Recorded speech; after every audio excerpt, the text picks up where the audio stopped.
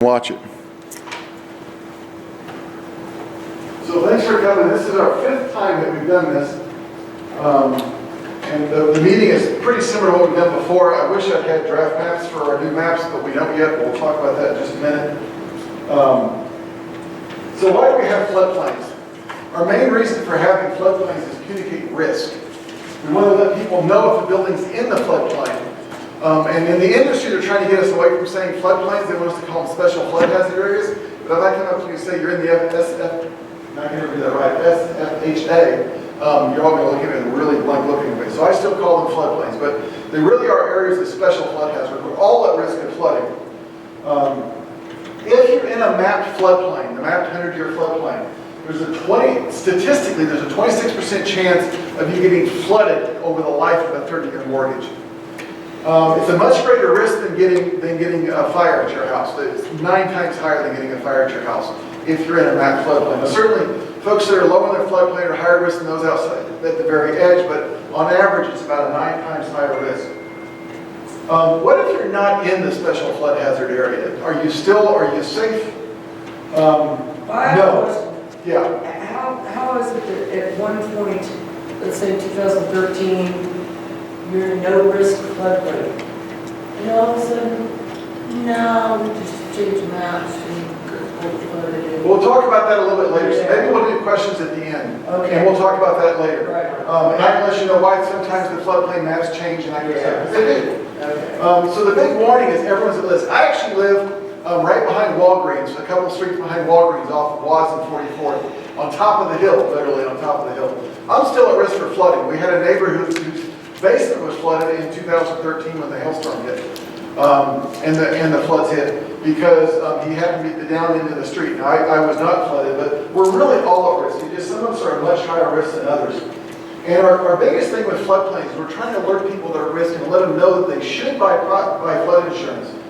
Flood losses are typically not covered by your normal homeowner's policy. Now, some policies might, and there are some private insurance companies now out there, Lloyd's of London and a few others, that are starting to offer floodplain policies. And certainly if you're looking for flood insurance, you can shop around if you want to. But mostly tonight we're going to talk about what's in the National Flood Insurance Program. And I've had it described this way: if a tree falls down and knocks a hole in your roof and your house gets wet, that's covered by your homeowner's insurance. But if the waters rise up and they come into a door or window, that's not going to be covered by your homeowner's insurance, because that's a flood, not an accident with the tree coming through the roof. Question, is that like pour rain, or is it from a river? Either way. Either way. Either way. If you are not in a floodplain, for instance, if my neighbor was not in a floodplain, if he had flood insurance, his losses would be covered even though he's 50 feet higher than what the river is. So it just covers the type of flooding of your house. If your water pipes break, your normal home insurance policy covers that. So this is flooding from outside the house coming in basically through a door, a window, or some other means. So what can you do? There are a lot of things that you guys can do as homeowners and property owners. Before the flood, you can know what your risk is. Am I in? Am I out? If you got a letter from me, that means at least part of your property's in. It may not be your house, but at least part of your property's in. The other thing you can do that we advise everyone to do on all of these things is prepare an emergency action plan. If the flood warning goes out, make sure that, and you're in a place where you think you might have to evacuate, make sure you have a place where you can meet up with your family, because they may not be home when it happens, and you want to have a place where you guys can all meet up. The other thing is to get flood insurance. There's a 30-day waiting period, so if the sirens go off, it's too late to call. Once you buy flood insurance, there's a 30-day waiting period before the coverage actually takes effect. Yes? So you can't have it until you get elevation. Right, there are some requirements, and we'll talk about those in a minute, sure. So the other thing you do is you can mitigate your risk. If you live in a floodplain and your house is a foot below the flood elevation, you can raise your house above the flood elevation. My house was built in 1948. The exterior walls were concrete block with brick. It would be very hard for me to raise my house. But if you have a wood frame house, even if it's a slab on grade, there are ways to raise those up. I didn't think you could raise slab on grade, but I just saw a paper about it recently. And before you do something at your house, if you're in a floodplain, make sure you contact me to see if you need a floodplain permit for what you're wanting to do or not. And so this is what a floodplain is. And basically the floodplain is that whole stretch that sort of covers the side. The stuff on the side is called the flood fringe. The part in the middle is called the floodway. That floodway is where we have the highest flows, the highest velocities, the most water flowing. That's dangerous part of the floodplain. And that's the part that's also most heavily regulated. There's a dash line coming across there that says base flood elevation. That's where we calculate the water's going to get up to. And if you're below that elevation, it's a bad thing. If your house has to be above that elevation, even if you're in floodplain, that's still a good thing. So the other things you can do during the flood is stay alert and stay smart. Don't drive through water. Follow the instructions. If the sirens are going off or you get a broadcast on your phone or something like that, do what they say. Don't drive into water. For most vehicles, 6 or 7 inches of water is enough to sweep you downstream if you're trying to cross moving water. And you know, certainly if you have a 4-wheel drive, you might be able to get a little bit more. But even getting, if your vehicle's not built to be flooded, then even just the water getting up in there can short out your systems and do things to you. So don't drive into a flood. And if you're along the green belt and you hear the sirens go off, don't take off down the trail. That's a bad idea, especially if you go upstream. You want to get to the side and start climbing, because likely the water might only be 2 or 3 or 4 feet deep coming down our floodplain. And it's much easier to climb up 2 or 3 or 4 feet than to try to outrun a flood. I know a flood would move way faster than I can at this point in my life. So after the flood, you want to follow instructions that are being done. Don't go back into areas that are still blocked off. There's going to be hazards there. There's going to be stuff floating in the water you don't want to get on you, especially if you have cuts and things. And then build back smarter. If your house got flooded from one flood, don't build it back the exact same way. Raise it up, do it differently so you're at less risk. Get a floodplain permit and get flood insurance if you're still in the floodplain when this is all over with. The National Flood Insurance Program is the thing that FEMA has and that the federal government has to allow flood insurance. It was created back in the 70s. No one would insure against floods, so the federal government set this program up. As a part of that, in the 80s, they set up a thing called the Community Rating System, which we are a part of. And what it does is it gives us points for the things that we're doing. So city regulations and the activities that we do result in a discount. We are currently a Class 5. We just made that last year. It's a big thing. We've been trying to do it for 2 years. When I started here 10 years ago, we were a Class 7 community, and now we're up to a Class 5 community. What does that mean? We're going to talk about that. If you guys are patient with me, we'll cover most of your questions probably. So 6 other communities in Colorado are Class 5 or better. Of the 40 some odd communities in this area, only 6 other ones besides us are Class 5. What that means for those of you in the floodplain is you get an automatic 25% discount on your flood insurance. So if you're paying $1,200 now, without this discount, you'd be paying $1,500. And it just went up because before we were Class 6, and so everybody was getting a 20% discount. Just so you know, since 1978, when we joined the National Flood Insurance Program, we've only had 27 claims in the entire time that we've been on this. We've not had a big flood on one of our creeks. And we've had just under $100,000 paid on those claims. So that's just keep in mind, less than $100,000 paid in claims as we go through this.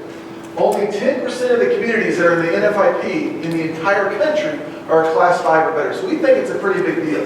And FEMA actually came here to council on Monday night and presented us the plaque that shows that we're a Class 5 community. The things that we do, the citywide, where we were in 2017, is we had 258 flood insurance policies in the city, which were 2 more than we had before. What we paid in premiums last year, what all of you guys paid in premiums last year, was just over $250,000. Okay, so you remember that number of 97 grand that we've had paid out? We are clearly not getting a good deal on this flood insurance thing for our community because we haven't had a flood, which is a very good thing. And that number is about $20,000 higher than it was last year. So it's almost 10% higher than it was last year. We've got almost $62 million, a little over $62 million worth of property insured within the city. 200 of those policies are in the special flood hazard area. 130 of those are in the floodplain itself, and they're paying an average of almost $1,500 a month for flood insurance. That's the average of all of those 130 policies. But they got a 20% discount last year, which saved them $371. Now, there are 70 of those policies that used to be out of the floodplain are now in, and they're paying an average of $523 a policy because they were grandfathered in and their rates will be ratcheting up. They got a 10% discount with $58. And we have actually 58 folks have flood insurance that are not in a mapped floodplain. They have basements or just whatever, they just decide they want to have flood insurance. They're only paying about $400 a month, and they don't get a premium discount because they're outside the higher risk area. Yes, sir. Just a minute ago, you said we're paying an average of $1,500 a month for flood insurance? Oh, a year. I'm sorry. It's Okay. a year. I keep Yeah, saying month on this. I do it all the time. Okay. Yeah, these numbers are all yearly things. Sorry. People are paying $1,500 a year for flood insurance, which is still a lot of money. Sorry about that. I need to put annual on here because I keep doing that. 205 of those policies cover single-family residences. The rest of them cover things like multifamily or commercial properties. So the things that we do as a city is we have floodplain permits, we have Class 1 permits, which are things for things like sheds and detached garages and fences, and if you want to do some fill on your property. Those things are allowed if you're in the floodplain. And then the Class 2 permit is for if you want to do a house or an addition on your house. So it's basically, if you want to do something that someone's going to live in, then it's a Class 2 permit. Say the first one again. So the Class 1 permit is just, it's a non-habitable thing. So it's like fences, if you want to put a deck on or a porch, or you want to put fill in your property, you want to put a detached garage, those kind of things are a Class 1 permit, the other ones are Class 2. So, and there are some things that are prohibited. We don't want you storing hazardous or buoyant materials in the floodplain, because if we have a flood, they're all going to float downstream. So we'd like not to have things like propane tanks in the floodplain. I know they had a lot of issues in 2013 up north with propane tanks floating downstream and then getting caught on bridges and doing things. And during the Great Thompson flood back in 1976, sometime in the 70s, the propane tanks actually were exploding up and down the Thompson Canyon coming out of Estes Park as they would float downstream. So we really don't want hazardous things stored there. We don't allow dumping in the floodplain. And then we have regulations that require things like stormwater facilities when someone does new development. They've got to put a detention pond in, or they've got to put a water quality pond in to treat the water a little bit before it goes downstream. We also have an early warning system. Now, we have 15 sirens throughout the city, and they're mostly concentrated along the creeks. They're mostly along the creeks and things to warn people outside. If you're inside your house, you may not hear these, but if you're outside, you should be able to hear these during the thing. This is what they look like. How many of you have seen these out in the city? Did you know there's one right outside City Hall? You drove by it on the way in. If you're driving down the driveway and you look up to the left, there it is. So they're not real obvious, but we do have them scattered around the city. And then we do emergency drills that involve, like the police department, public works, community development, and the parks department. We do emergency drills. What do we do if we have a flood? How do we respond? And then we test the sirens. I didn't get the dates yet. We normally do it in April, but they moved it to May last year, so I'm not sure when it's going to happen, but there'll be some publication about that, about when they do the siren You're test. just doing it once a year? They do it once a year. Now, every month they do what's called a soft test. They actually test the connections, just by radio and stuff to make sure things working. But once a year, they actually sound the sirens off once a year to make sure that the speakers are working properly, and they actually have a volunteer group. It's the ham radio guys that run around, and then they can radio in that, yeah, the siren works, I heard it here, and all that kind of stuff. So it's a big effort. But they're trying to do it, we've combined a lot of stuff with Lakewood, and so Lakewood actually maintains our sirens for us because they have a bunch of sirens, we just have 15 of them. And so we try to do it in conjunction when they do it and when Denver does it, so we're sort of doing a region-wide siren test. Do you have some kind of connection to the emergency alert system with broadcasters for that? That's all part of what the police department does. I'm not really intimately familiar with that. But yeah, it's the same kind of thing. That might be something you want to tie in. I'm a I'm broadcaster. sure we do. engineer. I'm sure we've got it all tied together. The other thing that we do is open space preservation. We get almost half of our points because so much of our floodplain is the Clear Creek Greenbelt, where it's preserved as a natural area. There's no development there and that kind of thing. So we get like 1,100 points just for our Greenbelt area. And then we have a few points for property acquisition. Through the years, we have bought ground for the various parks. We bought a couple of houses on Lena Gulch that were in the floodplain, that were at a higher risk, and so we bought those. And we've done that kind of thing. We don't do it very often, but every once in a while we do some property acquisition stuff. And then we keep records. We keep all the old floodplain maps. We keep elevation certificates. And if you've got one, please send me a copy. We actually get points for having copies of your elevation certificates. The other thing I can do is I can review it to make sure all the stuff's been done at least mostly correct before it gets sent off to FEMA and your insurance section. We do outreach like this meeting that we're having tonight.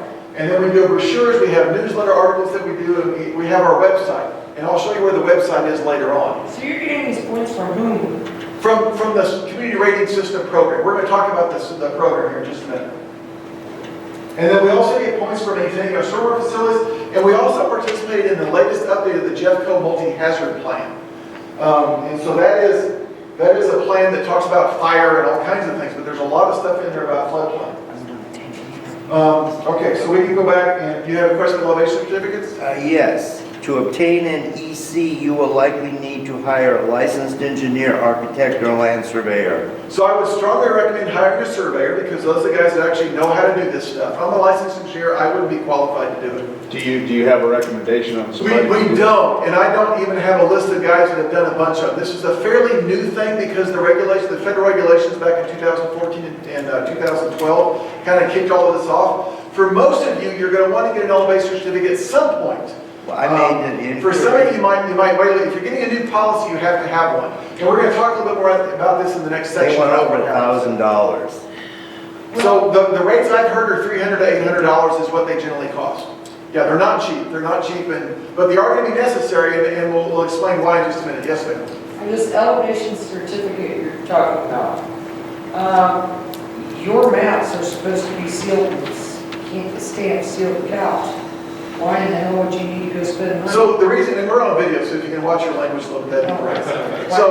So the big thing with that, we don't know what the elevation of your house is. I know what the elevation of floodplain. I have a map-based flood elevation for the entire city that's in a floodplain, but I don't know where your house sits in relation to that. What the elevation certificate does, it tells the insurance folks, base flood elevation is here, my house is here, my house is here. That's what sets your insurance rate, is how far above or below that flood elevation you are. Now again, this is a fairly new thing. Back in the day, they just issued sort of a standard policy, and most of those were about $1,100 or $1,200 a year.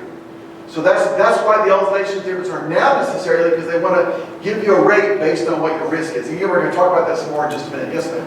So I got an elevation certificate done. Yeah. And the gentleman's name, his last name was Huffman, Huffman, and it was $800. Yeah. And it actually came back, I'm Margie Navarro. Oh yeah, hi Margie. It actually came back, and we think maybe, fingers crossed, that FEMA will take my property off of the floodplain. Right. So from my perspective, it actually It was totally worth was it. beneficial Yeah. to spend the money. Yeah. But, you know, you have to kind of look at where your property is. Mine is just barely on the floodplain, so from that perspective, And who I is do. it? His last name is Huffman, Huffman. I don't remember the gentleman's first name, I'm sorry. Yeah, no, that's okay. But So if you call a surveyor and ask them, do you do elevation certificates, and they say, what? Just hang up and try another guy. You want someone that knows what they're doing on these things. And again, I don't have a list, because we really can't recommend professionals to people. The other thing you might do, and I've suggested this a bunch of times, I don't know if anybody's ever taken me up on it, is maybe get with your neighbors, because you all are going to need one, and maybe someone will give you a discount if you bring in 4 or 5 neighbors that all want one. Again, I don't know that they'll do that, but it's worth a shot. Because they have to survey in from a benchmark to your house. And that survey in is a lot of the cost of this, of the elevation. Yes, sir. We just had a survey done on our property. We're right at 44th and I think it's Boyd's Crossing. It's the access. Right. We went to a company called Bear Creek, and it was $500. Yeah. Yeah, so it's going to vary depending on what data they've got and just what they want to charge for these things. So the NFIP, there's a bunch of ongoing changes, and generally the changes take effect on April 1st. And there's some more things taking effect on Sunday. I don't think any of them really affect us. It has to do with like vacation homes and things like that. We don't have a lot of vacation homes in our city. But the goal of these changes, when several hurricanes hit back in the early 2010s, Katrina and Superstorm Sandy and stuff, the NFIP has done a really great job of just sort of being in the black and then in the red and in the black and in the red. They've sometimes had to borrow money, but they've always been able to pay it back within a few years. When Katrina hit, and then I think Hurricane Irene hit, and then Superstorm Sandy hit, and then of course there's been a bunch of stuff that's happened in 2016, 17. FEMA's in the hole right now. After Sandy, they were in the hole by $23 billion. They managed to pay $1 billion of that back, and then some more storms have hit, and I think Congress last fall forgave them of $16 billion, but I think they're still in the hole by the tune of about $25 billion. And they did a big analysis, and then they discovered part of the reason why is that people aren't really paying for what the risk is. And so they're $1 billion in debt. And so what they've done is in the legislation in 2012 and 2014 said we ought to make this, someone that's 10 feet under the flood elevation shouldn't be paying the same amount of someone that's a foot above or 2 feet below. It ought to be the rate ought to be based on how far above and below the flood elevation you are. And so that's what they've done. And so it's what's called a full risk rate. Lower elevations pay a higher rate, higher elevations pay a lower rate. And so this is just a little bit of an example. This was a graphic from 2014. So the numbers are extremely approximate, gives you an order of magnitude. The way it was before is everyone kind of paid the same amount. In this case, the amount was $2,200 a year. I'm going to try and say year from now on. Under what's called this actuarial rate, which is the full risk rate, if you're a foot above, that person was getting ripped off because they should only be paying like $800 a year. If you're a foot below, then that person ought to be paying, according to this chart, like $5,600 a year. If you're 10 feet below, you ought to be paying like $25,000 a year. We have no one in our town 10 feet below, just so you guys all know. I think the worst we have is about 5 or 6 feet below. So the idea is that people that are in higher risk, those that are low in the floodplain and are risk for more damage, ought to be paying more than Margie is, because Margie's right at the edge and might even be out. So it's one of those things, so that's what the legislation in 2012 and 14 did. If you're getting a new policy and there's never been a policy on your house, you're going to be paying this full risk rate. And that's why they need the elevation certificate so they can determine what that full risk rate is. Okay? If you have an older policy and if you're paying anything less than $2,000 a year, you've got one of the older policies. And what they're going to do is they're going to start raising that. Most of you guys got a letter last spring that says your rate's going to go up either by 18 or 25% a year, depending on a couple of different things. And so those rates are going to go up until you hit that full risk rate. Well, FEMA doesn't know what your full risk rate is. And so they're just going to keep raising your rate forever, unless you get an elevation certificate that then shows, here's where my rate should be, stop raising when you get to that point. So I've talked to a lot of people on the phone, and some of them are like 3 feet under, and they're saying, I'm paying $1,200 a year right now. My rate's going to go by 25%, so I'm going to pay $1,500 next year, there'll be another 25%. Well, at 3 feet under, their full risk rate's probably like 10 grand. So they've got several years before they're going to hit that full risk rate. So I've told them, I said, you can get an elevation certificate later, you don't need to do it right now. But if you're like Margie, where you're right on the edge, an elevation certificate right now might actually save you money. Okay? So one of the things we can do is, I've got a bunch of cards back there. You can take those cards and call me or send me an email, and I can look up your property and find out approximately where your house sits related to that base flood elevation. We can give you guys some guidance on that stuff. Okay? So all new policies, you're going to need that elevation certificate. If you get one, please send it to me. And your rate's affected by how far above or below. Now, it's just like all other insurance. It's also dependent on how much coverage you get and also what your deductible is. You can have higher deductibles, and that'll reduce your rate. If you have a house worth $150,000, don't get a policy for $250,000. Get what you need, and you can also insure your contents. And don't just max out your contents. Think about what you've got in there to make sure you're insuring what you've actually got. Yes, sir? The letter says only up to 18. Up to 18%? Yeah, so it may be a little bit less. Last year it looked like most of our policies went up by about 8%. It's going to vary year by year, and I'm not sure how they set that or what they're doing. They didn't do a great job communicating to us that they were sending out the letters. So I got a bunch of phone calls and was surprised. Yes, ma'am? Do you know how much like your hazard/home insurance and then your flood insurance, how much of those overlap each other? Probably none. If you look at your homeowner's policy, your homeowner's policy, it probably very, very specifically includes flooding from natural causes or something. I can almost guarantee, there may be some policies that have that, but the vast majority do not. Your flood policy only covers flooding alone. Okay? Yeah, so it's an up to 18 to 25% a year. I don't know how they decide how much they're doing each time. If your policy lapses, if you have a policy and then you let it go, you pay your house off and you let it go for 1 year, and then you decide, well, I'm really spooked, I'm going to get my policy back, you're going to come back in at the full risk rate. So if you have a policy today and you're paying anywhere below $2 grand a year, keep that policy in force, or it could go up really quickly all of a sudden. Or if you're planning on selling your house, your new homeowner coming in after you, can come in at your rate, and then they will ratchet up from there. If you let your policy lapse and then you sell your house, they're going to come in at the full risk rate, which is going to make it a lot harder to sell your house if you're one of those people that are 2 or 3 or 4 feet under. So what can you do about all this mess? Well, property owners, you can look at your coverage, look at your deductibles, get higher deductibles, get lower coverage, depending on what your mortgage company will let you do. You can also do some things at your property. You can raise your house. If you don't have a concrete block house like I do, you could actually raise your house. And the number I've heard quoted is that it costs $20,000 or $30,000 to raise your house. Okay? So I'm going to throw that number out there. Don't freak out yet. There is some hope for that. The other thing you can do, if you have a house that is above the flood elevation, but your crawl space is below, if you add flood vents, it'll have a big impact on your insurance rates. Even if you're below the flood elevation, if you have a flood vent, and this is just like the air vents you have in your house, but it's designed that when the water hits it, it opens up and allows the water to flow through, your crawl space will flood, but it keeps your crawl space wall from being knocked down by the flood, for instance.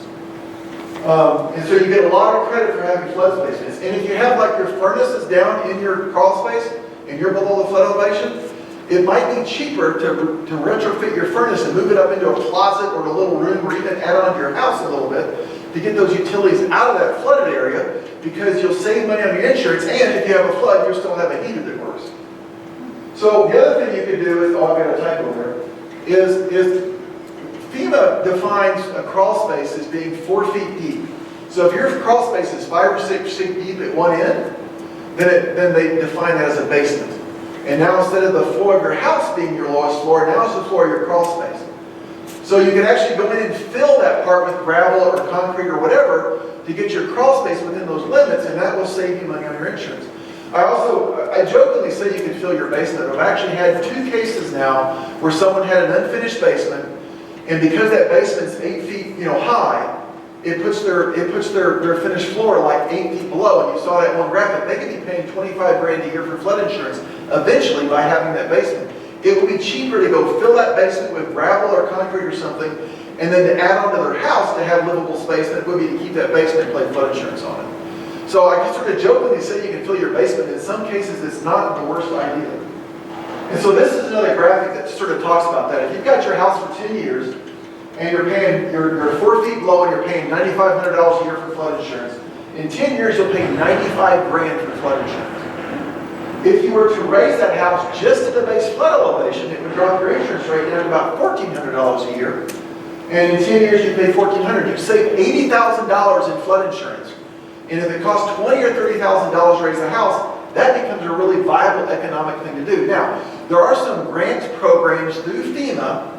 It's a grant, not a loan, but there are some grant programs through FEMA for raising your houses. I've never looked into it, we just haven't had a case where I've needed to. There's a thing that FHA has that's called a 203K loan. That when you're buying your house, or even after you buy your house, you can get a fairly low interest loan from them where you could use that to then raise your house before you even move into it if you're buying a house. And you can do some other things with it too. But it basically is tacked onto your homeowner's loan.